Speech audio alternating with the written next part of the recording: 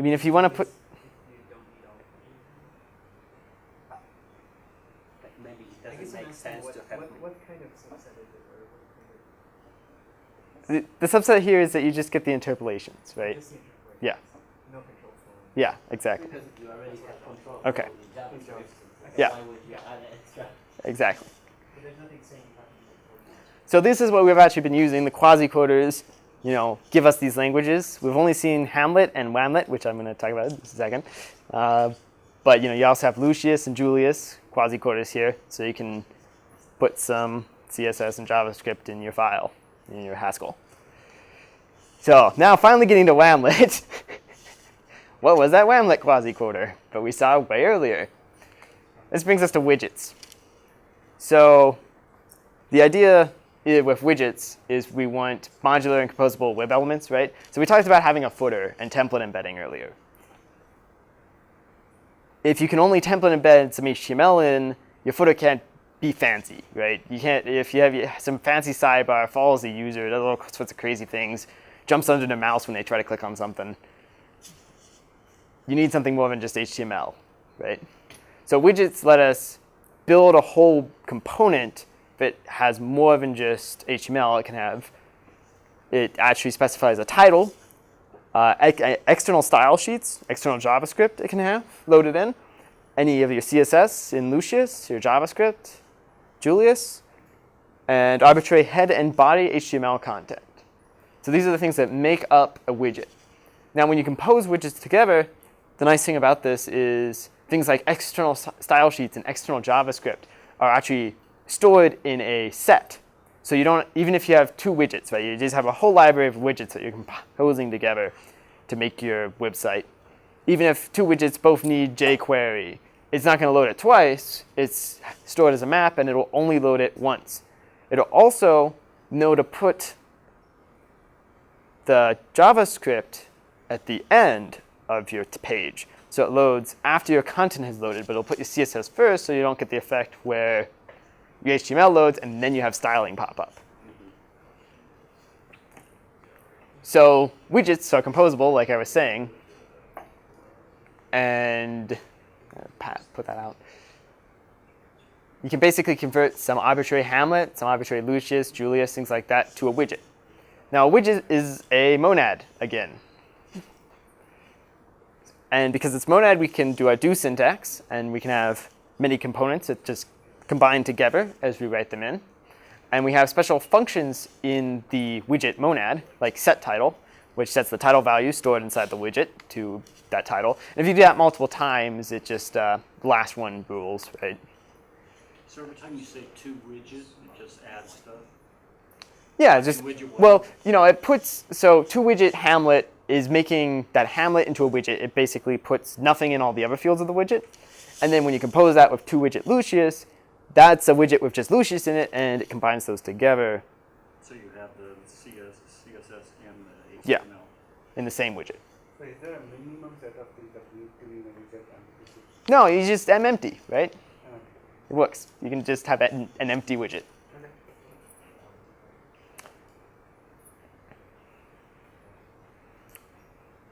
And this is what oh, right, yeah. So the thing about this is, right, I was talking about reusable web components. The problem is if you try to do reusable web components like this, like, you want a reusable header for some reason if it's green. The problem is eventually if you have a whole bunch of widgets, you're going to have multiple stylings of headers.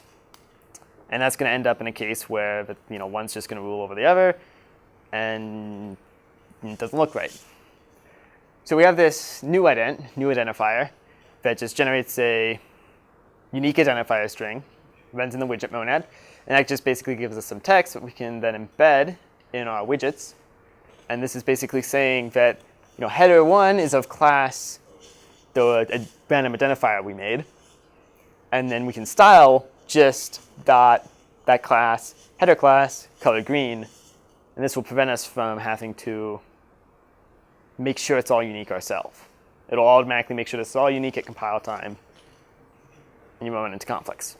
So syntactically, what is that second line actually saying with that backwards facing? Oh, yeah, so that's a monad syntax that binds. So new ident is a function within the monad. It can only run in the monad. And what that does is it basically is special syntax to take something from in the monad and put it in a variable for you so you can actually use it elsewhere. Because new ident here is going to look something like, I cover this a bit more later, but it's going to look something like new ident has type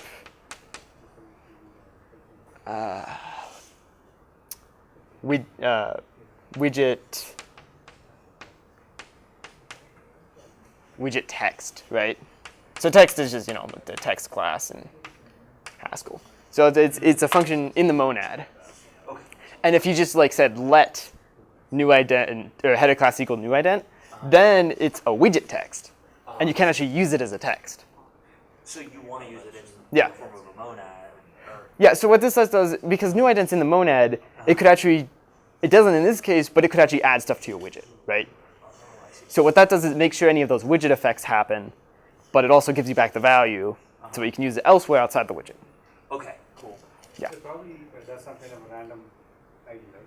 What? It doesn't generate some kind of. It doesn't actually random. It's all compile time, so it's just incrementing. It's like each ident 1, 2, 3. Is there a way to give some kind of a prefix or suffix? You just write your own new ident. Okay. Yeah. Yeah. So, and finally we're getting to Whamlet. Finally. It's been a while. The thing is, we have some content. We have this example more or less from earlier. And all of a sudden we want to add some nice styling to our content. And then we want to embed it in our previous content. But this previous content is just HTML. The problem is, now you can't just put a widget inside some HTML because this HTML gets back HTML. Where did all your widget components go? Whamlet is, oh yeah, you can get type error too, so you don't actually do it accidentally. So Whamlet basically is just a Hamlet quasi-quoter, but it takes widgets embedding rather than HTML embedding, and it returns a widget back. And then that default layout function we had earlier, we're about to get to an exercise. I'm sure you're all very excited. Yeah, so default layout earlier takes the widget and then turns it back into our final value to be returned. So why can't Hamlet do this? Because Hamlet is a way of constructing HTML. Okay. Widgets are a collection of HTML, styling, JavaScript, external libraries, all that. Okay. So when we embed it, those have no place to go. It's just not, So if you're using Hamlet, you're getting back a widget, and it's taking widgets. Is there like an Yeah, in some earliest type is HTML URL, and then there's actually a parameter to HTML URL because HTML URL is parameterized over your route type, which is what lets you do the URL interpolation. You have a one-page list that says Whamlet, Lucy as early as what's for. I used. As we want to try to do these things, we've got to go to slides and select which one was it called? Oh, there was a page where it was showing, but I'm not sure if you had one left on there. Yeah, I didn't. I used to actually have a table for this, but then I was Table would like, be good. okay, I'm sorry, I got rid of it at some point. So yeah. There's a nice. Okay, so it was a copy of a table basically from the Yesod book. There's a nice table in the Yesod book. Yeah. Anyway, so those are widgets, covered Shakespearean templating. So we're going to do an exercise where you guys could actually do something with that. And again, I'm going to pull up the other thing in a second. But this is kind of what you're starting with. You're going to make a footer, which is exactly, this is what someone asked earlier, if your template could be parameterized, could take some arguments. So the footer here takes an argument to some string, and then you actually creating a footer widget that gets embedded in this home page. So let me pull up another thing here.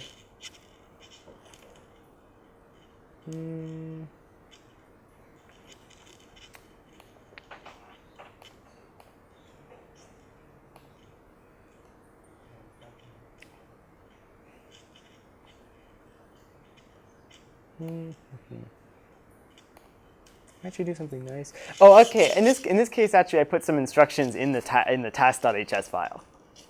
So maybe that's enough. Because there isn't actually much in the code.io guide anymore. Oh, whoops. What happened?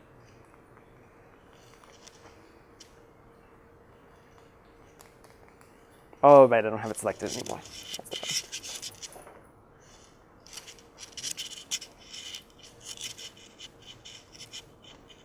Yeah. So It's adding the footer. yeah, basically just adding the footer. It'd be nice, you should do some sort of Lucius. It doesn't have to be anything complicated. Basically part of the reason all this junk's up here is to give examples of what some like Julius and Lucius look like. So you can just like add a new copyright footer that takes that colors something or puts a background in. It's kind of the suggestions. It's a pretty short exercise. So, wait, where was this again? So have you opened up the test2.hs? So you see there's footer in there, but it's undefined, I think. Yeah. So use to widget or to widget? Oh, yeah. What's the difference? Does your thing pull up like automatic? Just use toWidget. Let's see. So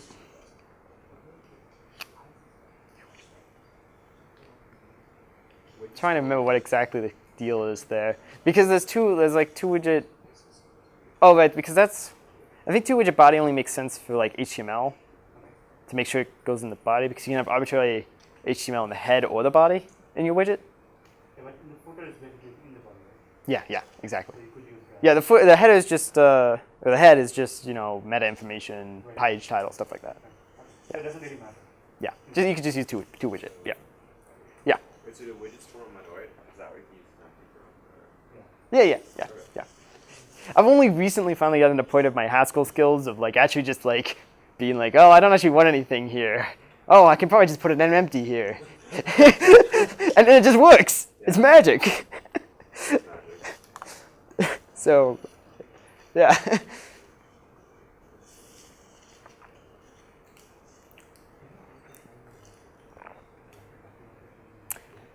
So does anyone feel lost? Okay.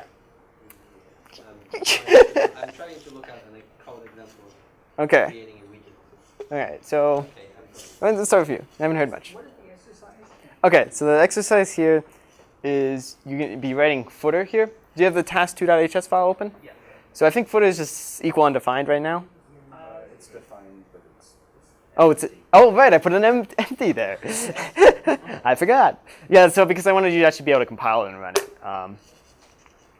So right now it's an empty widget. It doesn't actually add anything to the page. The goal is to add a widget that has at least HTML that displays the string that's passed in and has some sort of styling. style. Yeah. I mean, it can be like, what's a color? Color or something. Some terrible color. Make a joke. So can you use mono to pen to jam together two widgets? Yeah, you should be able to. I've never done it. Mono to pen, is it? It's just two brackets, I think. Yeah. I'm append. Give it a try. Use default layout to start out your name. Is there something I imagine Oh, right. No, so default widget turns a widget into something not a widget that's actually returned. We'll talk about that a little later. so what do we Yeah. Well, you're just dealing with widgets right now, right? So so you don't need to start with default layout at all. You just do yeah. Yeah, for this one, Yeah. using Yeah. But if you notice, right? Can I see the file fast? I want to make sure. Yeah, this is the file. Okay, yeah. So they're fundamentally different types, right? So default layout is turning that from a widget into a handler HTML. Okay. So does this make sense to widget, lambda, or can I just say lambda? You can just say Whelan. Okay. Yeah. Because Whelan is already returning your widget. Okay. If I use two widgets, then what do I get? What do I believe you'd get a type error, but you should give it a try. Okay, let me just see this. And then Yeah, okay. Right? Yeah. And then I forget the actual syntax for it. This is a quasi-coded one? This is Yes. a quasi-coded one. This is a quasi-coded one. We haven't actually covered non-quasi-coded ones. Oh, okay. You might need to remove the space after the hamlet there. Okay. Yeah, I think you do. Oh, but that gives that. Maybe you don't. You can give it a try, but that really doesn't make your syntax highlighting too happy. Okay. And this correct though. Oh, the caret's the template embedding, right? Because, well, it lets you embed another, if you're in a widget, it lets you embed another widget. So. No, I'm saying whatever I've done here. Does that look? Oh, yeah, sorry. Yeah. Looks all right. Give it a try. I mean, I'd like you to do something with Lucius too, so you compose widgets, but yeah. Yeah. But like I tried running your thing in LaTeX and as a code thing, it's actually rendered. Wait, what? Like I tried running your. Oh. Wait, you tried building it? Yeah. Oh, right, I'm sorry. So if you go to my GitHub, if you go to releases, there's a binary release of the PDF right over here. Oh. Yeah, sorry, I forgot to mention that again. You didn't have to build the LaTeX. I didn't expect you to build the LaTeX. Fair enough. It didn't work. I'd probably have an old version of LaTeX or something. I don't know. I never know why LaTeX works or not. Same. Whenever I get error messages, I'm like, it'll probably work anyway. Just like click through the error messages and be like, okay. Yeah, it's a bit of mystery. I'm really confused. Okay, yeah. So basically, there's like 3 different types of widgets. Wait, No, those are templating languages. There's only one type of widget, but a widget has a bunch of things in it, and you could turn any of those single things into a widget because it's just like one part of that widget. What is a widget? It's a reusable page component. So it's just basically a thing that holds a title, style sheets, JavaScript, CSS. So basically, it holds everything that makes a web page a web page. It holds what makes an element of a web page, Okay. right? Because the idea is that then you compose a bunch of these together to make your actual web page, maybe. Right. Okay. And so when you do that, you don't have to return anything when you do something like this? No, you don't. Widgets, all the stuff in a widget is not actually part of the return. It's part of the monad. Oh, okay, got you. So basically, I have to do something like this, but I have to be creative. Yeah. Okay. Dope. Exactly. Cool. And you actually take an argument too, right? So. Wait, so yeah, copyright. So you have to use the copyright somewhere in your widget then. Exactly. Okay, sounds good. Thanks. Great. Is anyone still particularly confused? I just ran into the problem with my CSS not applying the changes because it was conflicting there. How are you building? Yeah, because it's Wait. because I was using H1 and there's H1 probably somewhere else, so I'm just trying to change. Well, would you look at that? You ran into that problem already. All right. Yeah. I just had a question about. Sure. I just had a question about so I got this working. Mm-hmm. So I just did small caps. Cool. Yeah. Oh, nice. But what I was wondering was so I have just the hard coded style. Oh, you can try it with new ident if you want. That's okay. So I would just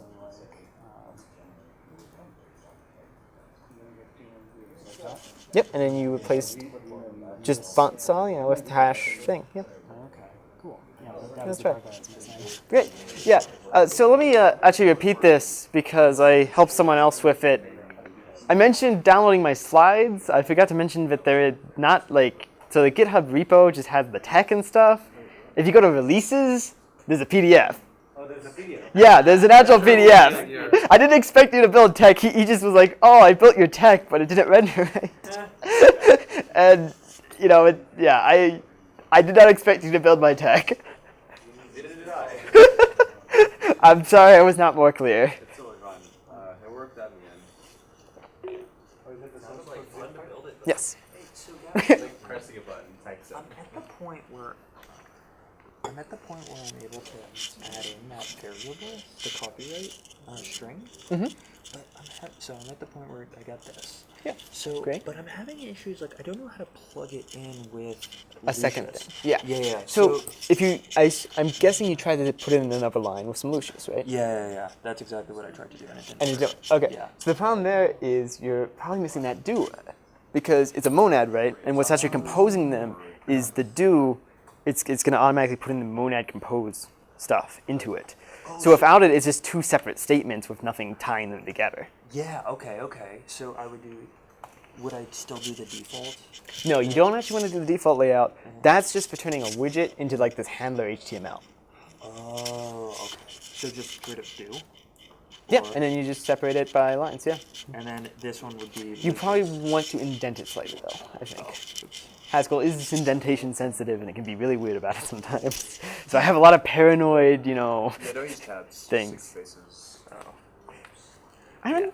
Maybe I'll sometimes complain, I guess, yeah. So the other thing I was noticing too was that when it just comes to looking at errors on here, I've noticed that the first one of the errors doesn't really tell me anything compared to the second one of the errors. That's sometimes true. You have to, Oh, okay. find I the was right just kind of error. curious. Yeah.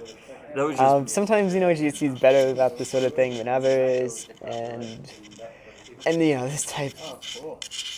There's also a lot of times in these slides and when I'm talking that I lie about types. I'm going to bring up most of those lies later if I can.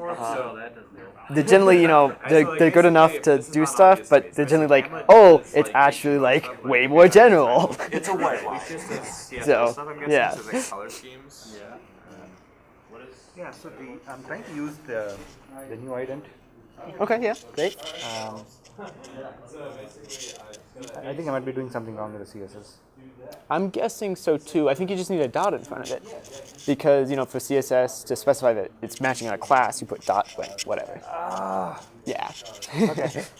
It's just a dot here. I don't have. Yep, I don't need to exactly. put it inside And if you're doing like ID equals, it ends up being hash curly ident. It looks a little weird, Okay, but so this is not hash. This is dot because it's a class. exactly. Sorry, I'm learning CSS also. Same. Sure. I mean, this is kind of how I learn CSS. I have been a few years since I did CSS, so. I'm not very good at it. So what's the, was there a different way to substitute in things in here? In Whelan? Or was it? Oh, you have to say P class. Yeah, so you can actually just do dot hash there too, because the dot is class equals syntax in Hamlet. Yeah. And so you can do that as well. That's what. Oh, there it is. Okay. Great. Okay, thank you. No problem. Is there a gray in CSS? Gray name? Grey or AY?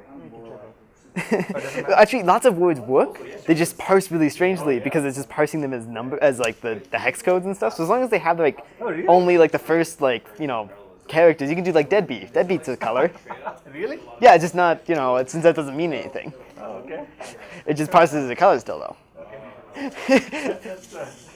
I know some random weird things about CSS, but I'm not very good at practical CSS. It's like, all right, so you're doing good. You're doing all sorts of fancy stuff. I am behind.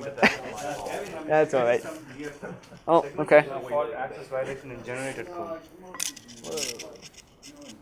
Wait. Oh, that's all right. Try to stack clean and then stack build. Oh, okay. Maybe it happens sometimes. I've never had it happen, but I don't run Windows. I'm still gonna get my I work now. offline. Did it? Yeah, it worked. Yeah, that was good. That's cool. That's strange. Yeah, I haven't ever had that happen. How are people doing back here? Shit. I forgot my water bottle was open. Yeah, great. Wonderful. Yeah. Cool stuff. Oh, so that was what I was talking about. So in the Code.io, I had these assessments. They weren't actually any assessment. They didn't test you, right? But they were just a question that you could fill out, and supposedly I could then see when people filled them out. And the idea is that then I could keep track of where everyone was.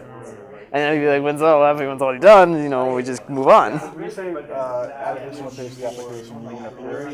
Sorry, where? Oh, yeah, sure. Yeah. I mean, like add another route. As per the previous stuff. Exactly. And then you can reuse the footer by doing the embedding again, like the example does. So, I have a question about ToWidget. What is ToWidget? So, All right. So going back. Actually. right. So this I'm not. Originally, this was m empty, right? Right. This value is m empty. This compiles. This ToWidget compiles. Yeah. So what does ToWidget have to do with widget? Like this should take a string to a widget. Right, but so your string is coming from copyright. So the right hand side is just type widget. And then this thing on the right is just Hamlet, right? So that's actually type HTML URL. Okay, so right, so the string. Okay, okay, good. I'm defining footer. Okay, so copyright is a string. copyright, this copyright is this copyright. Exactly. And then this toWidget has to be of type widget. Yeah, it returns a type widget, and it takes, what it actually probably takes is anything of like a toWidgetable type class. So things like Hamlet and the Lucius and the Julius are able to, the same function can be run on all of them, right? Okay, but all right. So this will return unformatted Yeah. text. So now if you wanted to add If I wanted Lucius, right, or something, silent. Right. So can I compose? Can I say I want? Exactly. First I have the text. Now this text I'm just going to do something like see, this is now a type widget. I don't want this thing. I don't really know what type this thing is. Right. Is it a string? It's an HTML URL, but that's not too important because the widgets are the things that are composable.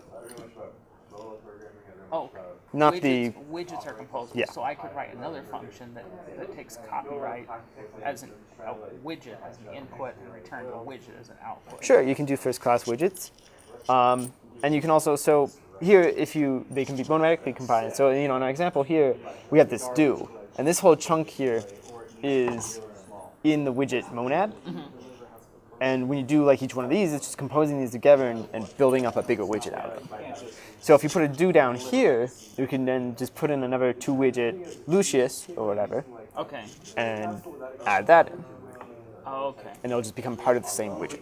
So what was your theory for how we could combine two widgets? Open bracket, close bracket, right? Yeah. It would be pretty much. I have one function that returns this function that turns a string into a widget, and another function that turns a widget into a widget. And the second function adds the Yeah, format. so that's like a widget trans. Yeah, you could do that if you want. I mean, that wasn't a requirement, but you can do that. Okay.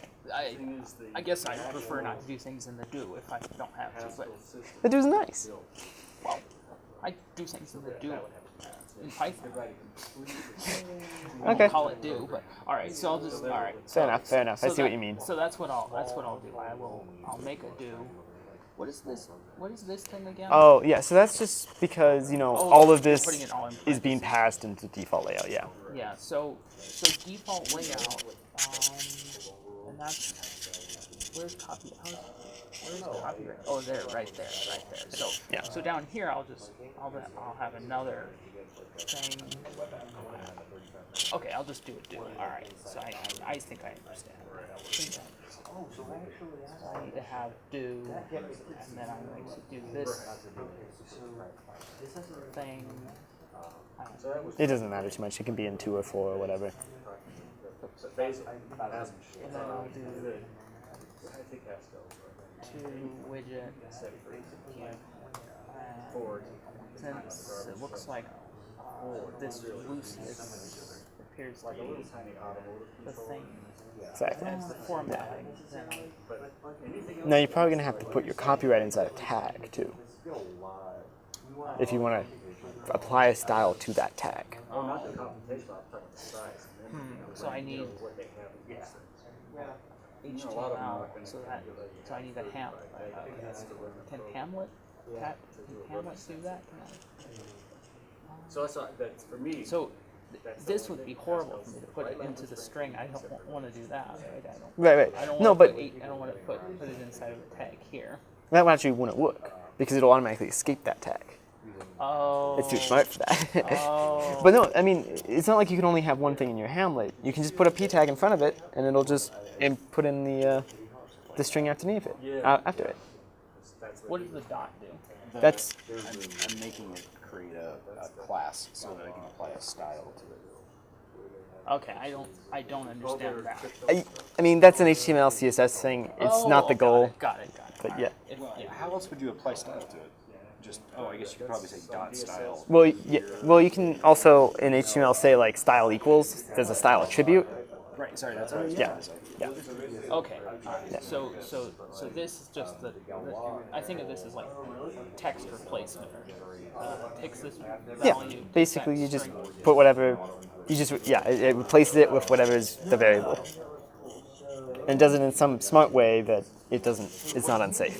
Sorry, what's the CSS that does the So that generates a class equals line, but you can just put whatever you want there. It's an identifier, any basically. identifier? Exactly. Any name. Sure. And okay, so now that I've And then you need to close your tag because no, you got to close your tag on the other side because copyright needs to be inside the tag, not an attribute of the tag. okay, so close. You close it twice, so you get rid of that one.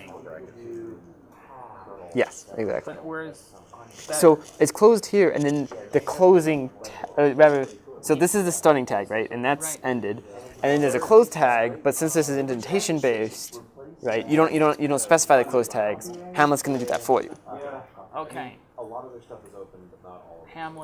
Hamlet's going to provide the closing tag. For Exactly. Yeah. it. So I just string everything together, and in the end, Hamlet will. Yeah. So the problem is, so if you're doing it in line like this and you continue line, like if we put another P here, right? 2 P's in a row, you'd have to close the inner P, unless it's put on a new line. Okay. Yeah. All right, and then okay, so now that there's a class now. Yeah. Now So now in Lucius, it looks like dot class name again, and then oh, it looks like dot class name. yeah, because you got your you tell it that I'm looking for class dot any name. So is there a way to connect together those two class names? Yeah, exactly. So that's what we were talking about with new ident, and that's what some people over there have gotten to that. Following that, so where's an example of that?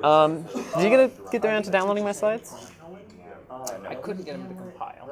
Right. I tried to make an announcement there because I forgot earlier. You don't have to compile them. There's a release. If you go to the GitHub releases, I attached the PDF. Oh, I just cloned it. Yeah, that's what someone else said. They're like, it didn't render. And I'm like, oh, you tried to build it. I'm sorry. That was never the intent. Okay, so dot any name, and my ignorance about. All right, so anyway, so dot any name, and then you do the curlies to specify that everything in there, any styling in those curlies applies to any dot any name, the class any name, and you can do color. All right, so here are your slides, or honeypot was the question you're asking. Right. So you were asking about How can I do the link identifiers?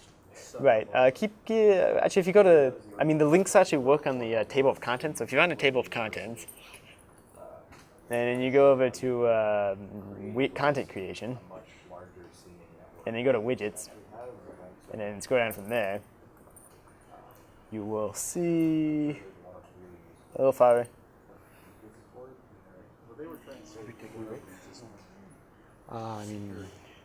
Well, we have lunch in 20 minutes. Let's see. I don't know if I can cover much of value in the next 20 minutes. But let's see.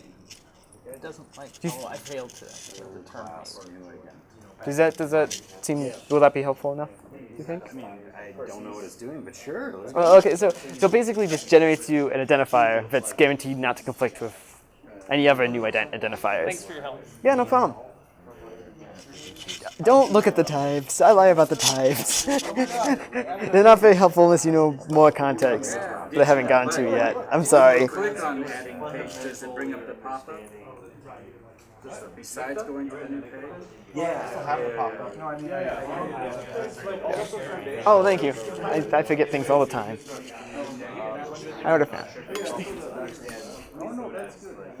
No, that's the reason. So I did that except for my link. I didn't get the. yeah, basically it's just generating a string to not conflict with other strings. And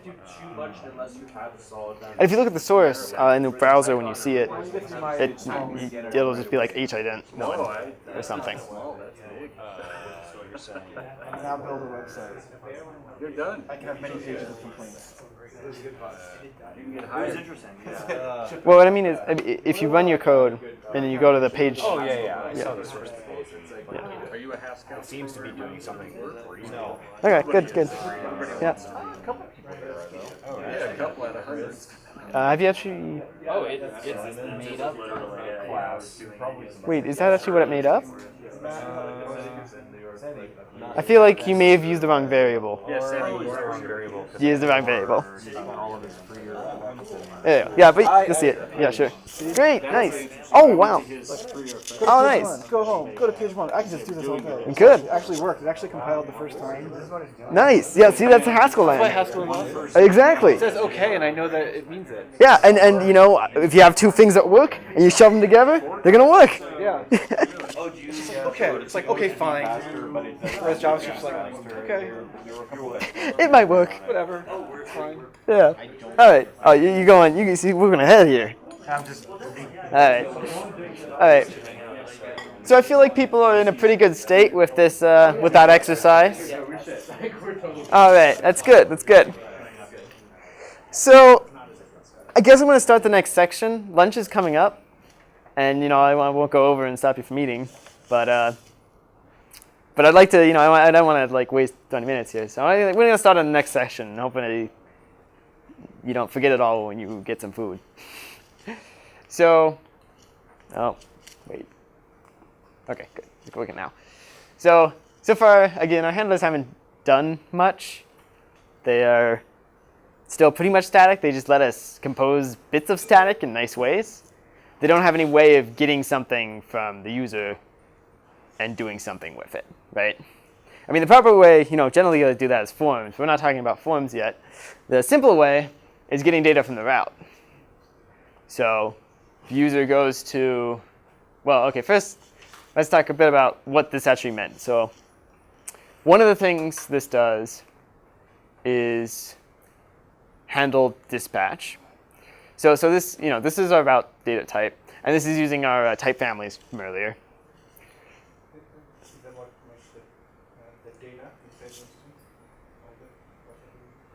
Oh, actually, no, this might be a different thing. Is this GADTs? I don't know. Some language extensions I'm not actually talking about. But anyway, so here it's generating our route data type, and in this case, it's just a single constructor. If we have multiple lines here, then this would be, you know, equals home R or what's a good page? Home R or about R. Yeah, that's a good one. About R. And then it's generating functions here that are used by Yesod. You have render route, which is what the HTML templating and CSS templating, all the templating are using in order to turn your route into an actual URL. So this is how these are specified at this layer. Is your route is, you know, separated up into, it's already been basically tokenized by the slashes. And then this is saying that, oh, it looks like a home with nothing after it. And in this case, this is different than before. Notice this. I put home/home, except for it was a little confusing just to have a slash here. I don't know if maybe this is more confusing. But yeah, so it's tokenized. Well, actually having nothing there. Yeah. What if the MP media? I guess that's render route equals. Yeah. So yeah, it's going to be request string stuff, probably. Yeah. Query string. Oh, the query and stuff. Yeah. It's not too important. But yeah. So yeah, and it also specifies a mapping between these and back to routes. So the idea is like that you don't want to have to write these again. So this is why we're using template Haskell to do this, because if you had to do this kind of thing yourself, it's really easy to have these be different. And all of a sudden things are really strange then, because you link somewhere and then it goes to a different page than it linked to if you typoed wrong, you know. And then it uses Yesod dispatch is the main thing that's how, given a request, it picks one of your handler functions to use. So, you know, we have a get home, get page 1, get page 2, or whatever. This is how it decides which one to call. And so far, we've only had these gets here. But if you notice here, it's also matching on the method and giving us get home R. And again, this is something important to bring up. So we notice our home R is important. It's our route. But get home R is basically chosen for us, right? It's get followed by our route. So that's just been generated through our template Haskell. It's not even really followed by the route, it's followed by whatever name you gave. Yes, it's the route identifier, the route data type name, yeah. So the convention is whatever name you give it, it's This isn't even- lowercase version of the method in front of it. This isn't even really a convention because it's generating the code for you, right? It's kind of more than a convention because you don't have a choice as long as it's generating the code for you. I think there might actually be some options about how it does the capitalization and such, but But it is just mainly lowercase It's- in the method. yeah. And that brings up to something I haven't shown yet, is that you can have multiple methods at the end here. You can have post or put or delete, or any of the methods, and it'll just match on them all. And if it's not, you get the bad method. If you have a route, when you parse the route, if it failed, then you get a not found page. So this is giving you a 404 response and giving you a actual error page in response. Exactly, post, yeah. So get post homework.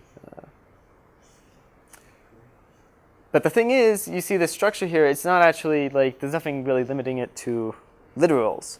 So the idea is that if we want to get data from the routes, we support dynamic routes. And in our route definitions now, we have a hash to specify that this is a dynamic portion of the route. And it's matching against that section, and it'll try to get it into the type you want. If it can't get it into the type you want, then it'll give the user some error, right? But And then you get data with big two. exactly. Your handlers now would take those as arguments.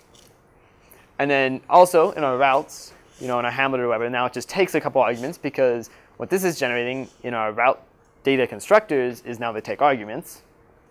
And those arguments you just pass to your data constructor for the route. And you can specify, oh, hey, I'm going to go person Gavin or date May 25th. I mean, obviously here we've also not done anything smart in terms of making months a enumerated sum type. But you can do that. It just means that you're going to have to end up writing a couple of type classes to allow it to convert those back into the route stuff, the actual stuff you get from the request. So the way that I'm understanding what I'm looking at with person_r and date_r, those Mhm. routes, so that first route only takes one piece of information, which is like the person's name. And what exactly is that text type? Yeah, so text is a type to represent text. Is that a Yesod thing? No, it's relatively standard. You basically don't want to use strings in real life Haskell code most of the time. It's not performant. It's really bad. Wait, strings are? Or text? Strings aren't performant. Oh, okay. Texts here are the performant version. So how do you do that though? Like for example, you said some types could be there. Yeah, so you need to implement a couple type classes. Okay. That is how, Type. yeah. Your type. So it has, text, month, the text takes the place of like a number. So the full URL would be month / a number / day / another number. For the date arc example. Like month. Well, in this day, case, those aren't the variable names that would appear down below because you're. Right, you choose those down there, Those but are actually part of the URL. but not number, right? Because of text types. Oh, I'm sorry. Well, Yeah. text. Okay. Okay. Good. The number wouldn't it just parse to To a string of a number. Yeah. Yeah. To a text of a number. Yeah. But if somebody did give instead of integer something, some string that doesn't parse, then would it become like a 404? Yeah, it'll become like a 404. Okay. Yeah, because back here, the parse route's just going to give you back nothing, and it's going to not found. And I put there's more stuff in Yesod dispatch and stuff, I think, but too much. Customize that 404. Oh yeah, totally. We're getting in a bit to, we'll get to a bit in customizing stuff, kind of more. So, but we have these things, and this kind of leads us into the handler monad because so far we've basically done nothing in the handler monad itself. We've just been returning widgets. We've been returning things using default layout. But the handler monad lets us actually do things that are dependent on our request, that actually short circuit and return. So back here, we have these things like not found. Not found are functions in the handler monad that short circuit and return a 404 response status code and a page. Same with bad method. So these are, functions in the handler monad, but I have been lying because handler is not actually really a monad. I mean, it is a monad, but it's also a monad transformer.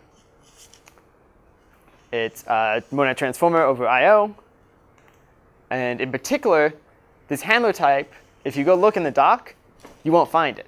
It's not there, because that type is generated by the make Yesod.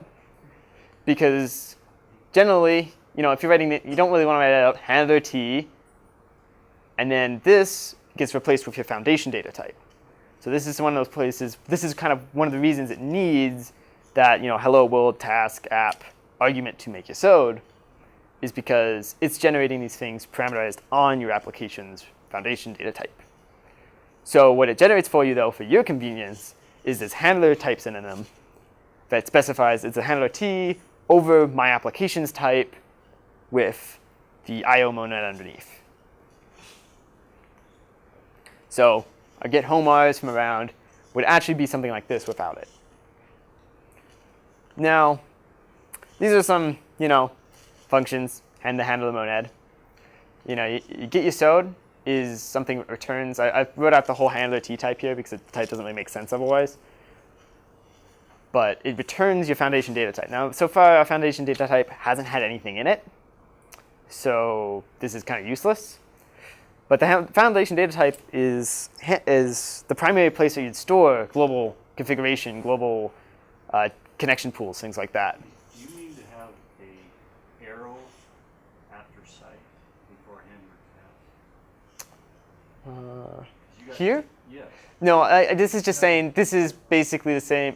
If your application's called task, this type is the same as this type. Oh, that's okay. I'm sorry. That's not Haskell, right? Okay. Well, it'll actually work if you put parens here and here. It'll still type check, and the compiler won't complain if you have the parens, but I didn't want the parens there. Okay. I'm sorry, that's a little weird. You can actually get the raw request data, so you can look at cookies and stuff, but you also have things like set cookie, handle cookies directly. But again, so the nice thing about Yesod is you generally don't have to do these things. There are accepted solutions to most things. There are nice libraries for handling things that you generally have to manually maybe use a cookie for if you want to insert some token. It's probably a good library to take care of it for you. We have these short-circuiting ones I was mentioning. And these things have type handler A. The type that they return doesn't matter because they short-circuit and handle it themselves. Now, the weird one here is new ident, because we did new ident earlier. Yeah, it's in the widget monad, right? Kind of weird. Well, I lied about the types. There's actually this type class monad handler for any monad that offers these types of handler functions. So new ident is actually in any monad that implements monad handler and it returns a text. So this is important. Mostly I bring it up because if you go look at the doc, there's lots of things in monad handler. So just remember, those are the sort of things you can run in widgets, you can run in the handler monad, things like that. Yeah. So what does new ident mean in the case of handler? The same thing. No, what identifies as it? What is identified? Well, so the point is sometimes you're basically like doing stuff with widgets in the handler monad, like you have like multiple widgets floating around, but you're actually operating the handler monad. Sometimes it's just more convenient to get your new identifiers when you're in the handler monad. It's a unique identity yeah, generator. yeah, exactly, and it's handy not to have it only in widgets. So some contrived example of one of these handlers that actually takes an argument. If you want to, you can pattern match on what the argument was, and do something different, depending on what it is. And as a further example of something you can actually, actually doing something in your handler, you can, take your argument and run some function on it. You can have your lets and your do, and then you can use it in a widget, or you can put lots of things here. You're on top of I/O. You can basically do anything. If we get to it, at the end I have stuff on databases, right? So getting to databases, you can do database requests here, very important for a natural web application. Yeah, so talking about the monad transform over I/O. So the way you actually run something of type I/O blank is you use lift I/O to turn it into handler blank, and then you bind back to a variable. Yes. So I'm wrapping my head around of what a monad is. Yeah. And now I'm hearing about a monad transformer. Yep. So right. Maybe you can expand a tiny bit on what that is. I'll try. So I have this kind of joke saying though, like the moment you understand monads, you lose all ability to explain them. It's kind of weird, but it almost seems true. But so you have the point is, I mean, this I/O monad, right? Yeah. It's kind of a special monad because I have somewhat an idea. Yeah. you get in only from main. You have to, if you need to do I/O effects, you have to thread it through, right? But like a lot of the times, you may also want the features of another monad. But if you're already in the I/O monad, you can't switch to something else and still have the features of the I/O monad. So this is kind of what a monad transformer does. It allows you to add another layer on top of your monad that gives you the features of that monad. And then you can still access the underlying monads through various lifting functions. And lift I/O is a convenient one that gets you directly to the I/O layer. Okay. And it will just turn the type of get current time, which is like I/O UTC time, and turn it into a handler T I/O blank UTC time. So you can actually just bind it here, because if you try to bind I/O something, something of type I/O something, it'll just the types don't match, right? Does that help at all? That actually does. Okay. That does. This idea of it helps you compose multiple monads Yeah. on top of each other. Like semi-common example is like the maybe monad. Sometimes really convenient if you're dealing with a lot of chained nothing and just maybe operations. Each thing returns a maybe. When you have like a maybe monad, you do if any of them fail to nothing, it doesn't run the others. You don't get an error. It just it just ends with a nothing. Yeah. So sometimes you want that behavior, but you're also in another monad. So you can run the maybe monad transformer over it and get another layer of monad. I see. Yeah. Yeah. I feel like I didn't explain this slide enough. I'm guessing there's going to be a question about this slide. Any questions about this slide? Does everyone understand this slide just intuitively? Could you go back one? I'm sorry. This one? No, wait. I think I already went back one, maybe. Yeah, maybe you Wait. already. Okay, this one. I thought I might have missed it. If I missed this while I was out, that's okay. The show current time, I thought within the hashtags that was variable information. It It's is. like a function call, right? Is that? Well, so I did briefly mention this, but it's really short. So it's actually arbitrary-based Haskell in there, really. I mean, not completely. It doesn't run in a handler monad, so you don't get all the handler stuff. So it has to be like pure. Yeah, basically it has to be pure Haskell code. But then, how it determines what to interpolate it as, it's just type-based, right? It doesn't care that it's not a variable. It's all just done by the type. The problem is that I don't believe there's a default instance for the 2HTML stuff for UTC time. Yeah. I mean, and it doesn't really make sense to. Show is kind of silly here too. You want to do, oh, you're right, I'm out of time. You want to do something format date. Yeah, whatever. All right, looks like I'm out of time right now, so we should get lunch. That's not a terrible place to end for the moment. What about the stuff here? I wouldn't. You wouldn't. This is the university campus. Yeah, it is Boulder, but it's Boulder. I don't know. You make your own choices in life. I kind of want to leave mine, so I don't. Leave it. I know, but whatever. It's a laptop. It's something I want. Okay. Well, I forgot to thank everyone for choosing my workshop and welcome you all to LambdaConf at the beginning of my talk. So, welcome. Thanks for choosing my workshop. Glad you're here. Well, I mean, you are a captive audience. I can wait till the end.